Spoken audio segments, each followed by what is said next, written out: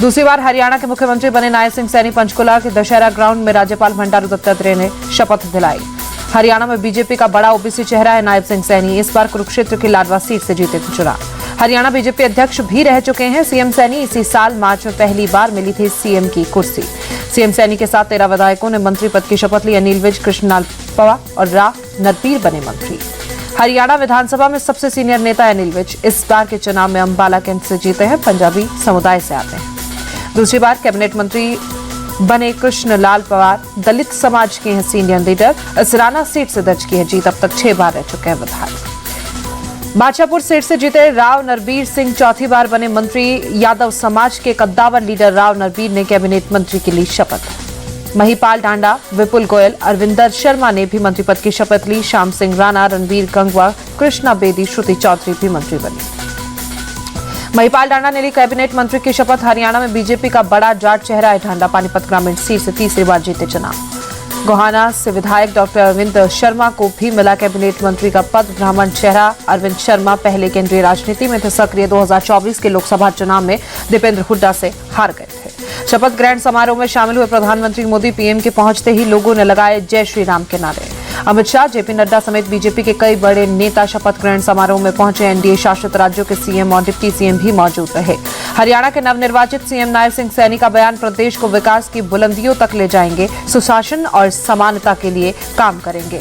आप नेता संजय सिंह ने नायब सैनी को सीएम बनने पर बधाई दी। बोले, उम्मीद है लोगों की भलाई के लिए काम करेंगे। चंडीगढ़ में मुख्यमंत्री परिषद की बैठक, पीएम मोदी, अमित शाह और जेपी नड्डा शामिल। शपथ ग्रहण में रक्षा मंत्री राजनाथ सिंह, नितिन गडकरी भी मौजूद रहे। कार्यक्रम में कई राज्यों के राज्यपाल भी शामिल हुए।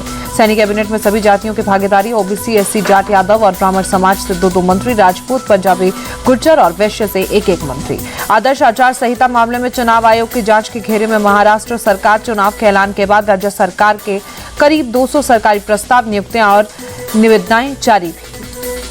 चर्चित आईआरएस अधिकारी समीर वानखेड़े धारावी से लड़ सकते हैं विधानसभा चुनाव। सूत्रों के मुताबिक जल्द ही शिवसेना शिंदे गुट में हो सकते हैं शामिल। ड्रग्स केस में शाहरुख खान के बेटे आर्यन को गिरफ्तार करने के बाद से लाइमलाइट में आए थे वानखेड़े। मुंबई में नारकोटिक्स कंट्रोल ब्यूरो के जोनल डायरेक्टर भी रह चुके हैं। कल महाराष्ट्र जाएंगे अखिलेश यादव। बोले, एनडीए गठबंधन के साथ लड़ने की हमारी कोशिश। महाराष्ट्र में पहले से अधिक सीटों पर दावा ठोकने की तैयारी।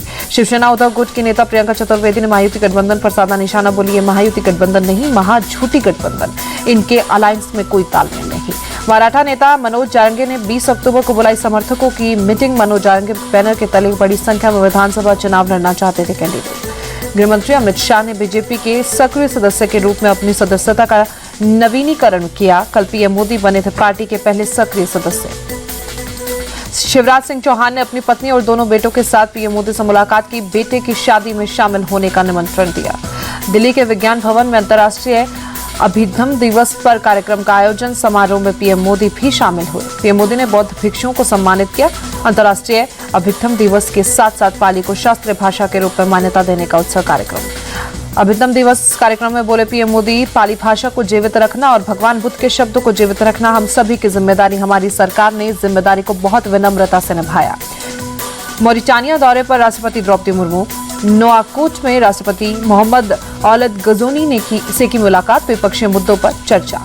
झारखंड में सीएम हेमंत सोरेन ने बीजेपी पर बोला हमला। कहा, बीजेपी ने झारखंड को 20 साल तक लूटा। झारखंड चुनाव के लिए कांग्रेस ने कोऑर्डिनेटर की नियुक्ति की। गौरव गोगोई, बीके हरिप्रसाद और मोहन मार्कम को बनाया वरिष्ठ समन्वयक। महाराष्ट्र और झारखंड विधानसभा चुनाव की तारीखों की घोषणा पर बोले बिहार कांग्रेस चीफ अखिलेश प्रसाद सिंह, दोनों राज्यों में इंडी गठबंधन की जीत होगी। हमारी सरकार बनने जा रही है। जहरीली शराब से मौतों पर तेजस्वी यादव का बयान। नीतीश सरकार अपनी नाकामियों को छिपाने में लगी, गिरोह के रूप में काम कर रहा है आबकारी विभाग। जन स्वराज पार्टी चीफ प्रशांत किशोर का बयान। बिहार में शराबबंदी सिर्फ फाइलों पर है। पूरे बिहार में जहरीली शराब से लोगों की जान जा रही है। तमिलनाडु के बाद कर्नाटक में बदला मौसम का मिजाज। हुबली के कई इलाकों में बारिश। आंध्र प्रदेश के विजयवाड़ा में कई जगहों पर तेज बारिश। भारी बारिश के चलते सड़कों पर गाड़ियों की रफ्तार धीमी। राजस्थान के दौसा के पास चेकिंग के दौरान एक कार से करीब 2 करोड़ कैश बरामद। विधानसभा चुनाव को लेकर हो रही थी नाकाबंदी। उज्जैन के महाकालेश्वर मंदिर में हुई भस्म आरती। बड़ी संख्या में शामिल हुए भक्त। आरती के दौरान बाबा महाकाल को लगाया गया महाभोग। महर्षि वाल्मीकि की आज जयंती, पंजाब से मां ने वीडियो संदेश जारी कर बधाई दी। आज मनाई जा रही है महर्षि वाल्मीकि जयंती। राहुल गांधी ने दिल्ली के वाल्मीकि मंदिर में पूजा अर्चना की। दिल्ली के मुख्यमंत्री आतिशी पंचकुइया रोड पर स्थित वाल्मीकि मंदिर पहुंचे, दर्शन कर आशीर्वाद लिया। कर्नाटक के सभी सरकारी आवासीय स्कूलों का नाम अब महर्षि वाल्मीकि आवासीय विद्यालय होगा। रायचूर यूनिवर्सिटी का भी नाम बदलकर महर्षि वाल्मीकि विश्वविद्यालय किया, सीएम सिद्धारमैया ने घोषणा की।